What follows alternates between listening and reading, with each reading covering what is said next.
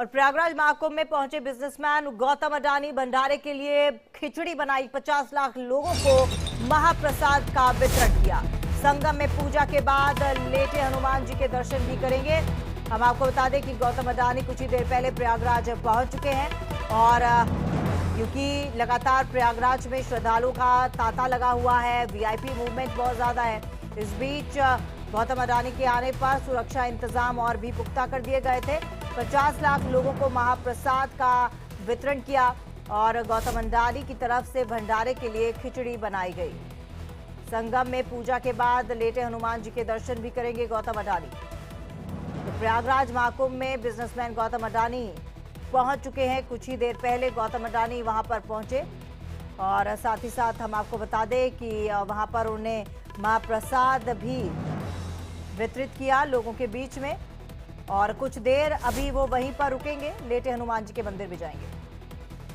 ये दो तस्वीरें आप देख सकते हैं, अडानी की कुंभ साधना, महाकुंभ में उपस्थित हुए गौतम अडानी, और दूसरी तस्वीर आप देख सकते हैं कि भंडारे के जरिए सेवा करते हुए दिखाई दे रहे हैं, खिचड़ी बनाते हुए दिखाई दे रहे हैं और खिचड़ी जो है उन्होंने वहां पर मौजूद जो श्रद्धालु है उनके बीच में वितरित की।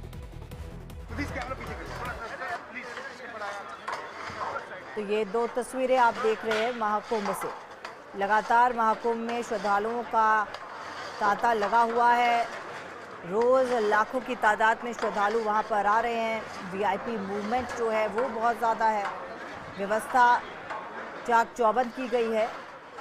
विमल श्रीवास्तव हमारे साथ फोन लाइन पर जुड़ चुके हैं ज़्यादा जानकारी के साथ।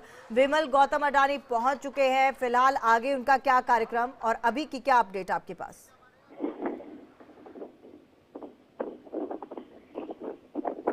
विमल, मेरी आवाज पहुंच पा रही है आप तक? तो अडानी की कुंभ साधना आप देख सकते हैं। कुछ ही देर बाद हम आपको बता दें कि वो लेटे हनुमान जी के मंदिर जाएंगे, वहां पर भी माथा टेकेंगे और आज उनका जो कार्यक्रम है लगभग 2-2.5 घंटे का रहने वाला है। उसके बाद वो वापस चले जाएंगे, रवाना हो जाएंगे। प्रयागराज में गौतम अडानी पहुंच चुके हैं। ये दो तस्वीरें आप देख सकते हैं।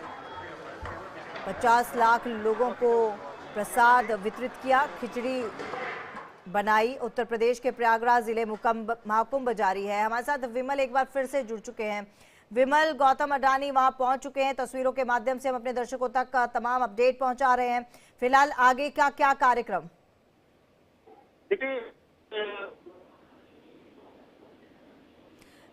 और वो सब विमल, आपकी आवाज हम तक पहुंच नहीं पा रही, दोबारा आपसे संपर्क साधने की कोशिश करेंगे। हम आपको बता दें कि गौतम अडानी महाकुंभ के त्रिवेणी संगम पर स्नान करेंगे और ये तस्वीरें जो है ये लाइव आप देख सकते हैं अपने टेलीविजन स्क्रीन पर। पूजा अर्चना की उन्होंने और अब थोड़ी देर बाद लेटे हनुमान जी के मंदिर जाएंगे। पूरे परिवार के साथ वहां पर मौजूद गौतम अडानी 50 लाख लोगों को महाप्रसाद भोजन भी कराया और हम आपको बता दें कि कुछ ही देर पहले वहां पर पहुंचे हैं। महाकुंभ में अब तक 8 करोड़ 30 लाख से अधिक श्रद्धालु स्नान कर चुके हैं और प्रयागराज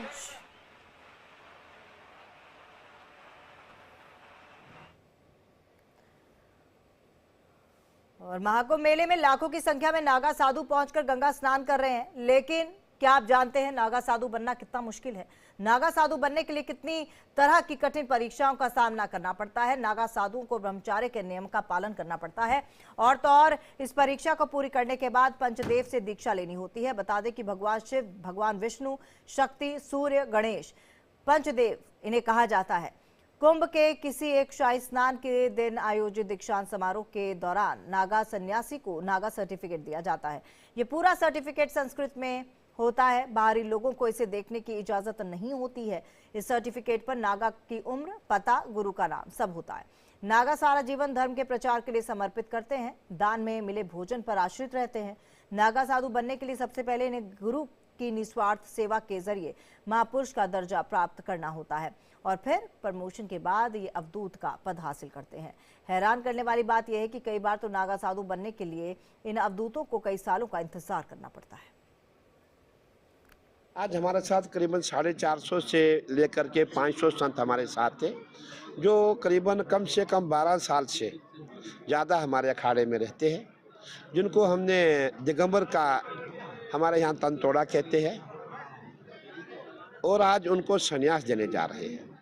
जब भी हम संन्यास देने जाते हैं, उनकी इच्छा पूछी जाती है, क्या आप आजीवन सन्यासी रहेंगे? और सब ने हाँ किया। हाँ कहने के बाद ही हम सबको लेकर के हमने उनका विजयी हवन संस्कार किया। उसके पश्चात उनको दीक्षा दी जाएगी, नागा दीक्षा दी जाएगी, और हमेशा ये संत महात्मा सनातन में काम करेंगे, जिसको तपस्या करनी है। और महाकुंभ मेले के लिए यूपी के प्रयागराज में रोजाना देश और विदेश से लाखों की संख्या में श्रद्धालु पहुंच रहे हैं। यही वजह है कि बड़े धार्मिक आयोजन की वजह से हवाई किराया बढ़ गया है।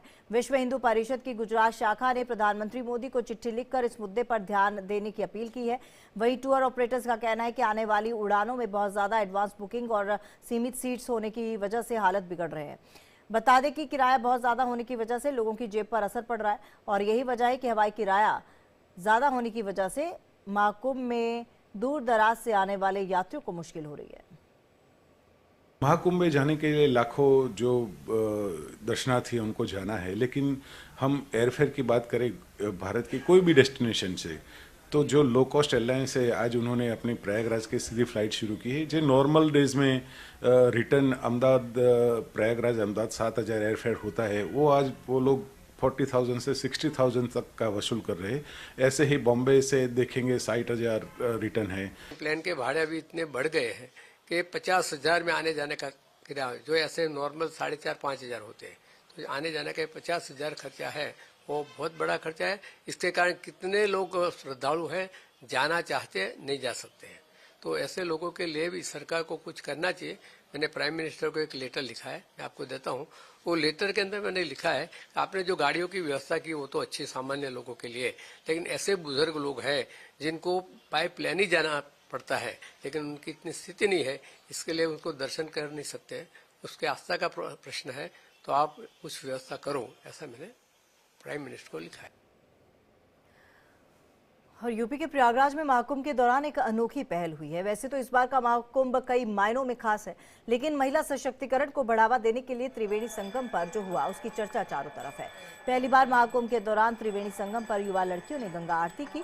जय त्रिवेणी जय प्रयाग आरती समिति ने पिछले साल 15 मई को गंगा दशहरा पर यह पहल शुरू की थी। इस पहल का उद्देश्य धार्मिक अनुष्ठानों में महिलाओं की भूमिका को उजागर करना है। महाकुंभ के दौरान रोजाना 7 कन्याएं गंगा आरती करती हैं।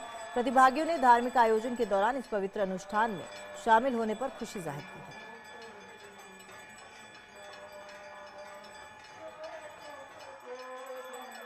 बहुत अच्छा महसूस होता है क्योंकि फर्स्ट टाइम ऐसा हुआ है और हम लोग गंगा दशहरा से ये कर रहे हैं, तो फर्स्ट टाइम करने का जो एक्सपीरियंस होता है, जो अनुभव होता है, वो बहुत ही अच्छा होता है। और हम साथियों कन्याएं बहुत ही खुशनसीब हैं। जैसे कि हम गंगा दशहरा से शुरू किए थे गंगा आरती, उससे पहले हमारी प्रैक्टिस हुई थी 1 हफ्ते की। आरती कैसे घुमाई जाती है उसके भी स्टेप्स होते हैं, कब नीचे उतारना होता है, कितने देर तक उसको रोके रहना है, चवर कैसे चलाना होता है, शंख में आप हवा कैसे जाते हैं। जैसे हम यहाँ आए तो उससे पहले हमें शंख बजाना नहीं आता था, वो हमारे जो सीनियर आरती करते थे उन्होंने हमें सिखाया कि उसमें हवा कैसे डालेंगे कि उसकी ध्वनि निकले। चलिए, आप सीधी तस्वीरें देख रहे हैं प्रयागराज की, जहां पर गौतम अडानी अपने पूरे परिवार के साथ पूजा अर्चना कर रहे हैं। हम आपको बता दें कि कुछ ही देर पहले गौतम अडानी वहां पर पहुंचे, जहां पर उन्होंने महाप्रसाद वितरित किया। 50 लाख लोगों के लिए महाप्रसाद वितरित किया। खिचड़ी उन्होंने बनाई प्रसाद के तौर पर, और 50 लाख लोगों को महाप्रसाद भोजन कराया गया। अडानी ग्रुप, इस्कॉन और गीता प्रेस के साथ मिलकर महाकुंभ में लगातार निःशुल्क प्रसाद और भोजन की व्यवस्था करा रहा है, जिसका लाभ लाखों श्रद्धालुओं को हो रहा है। ऐसे में आज खुद गौतम अडानी प्रयागराज पहुंचे हैं। ये सीधी तस्वीरें आप उसी वहीं से देख रहे हैं, प्रयागराज से देख रहे हैं। हम आपको बता दें कि गौतम अडानी आज इस्कॉन पंडाल में चल रहे भंडारे में भी अपनी सेवा अर्पित करेंगे। और इस वक्त आप तस्वीरें प्रयागराज से देख रहे हैं। ये 3 अलग अलग तस्वीरें आपकी टेलीविजन स्क्रीन पर, एक तरफ जहां पर महाप्रसाद खिचड़ी के तौर पर बनाते हुए नजर आ रहे हैं, दूसरी तस्वीर मंत्रोच्चारण और अपने पूरे परिवार के साथ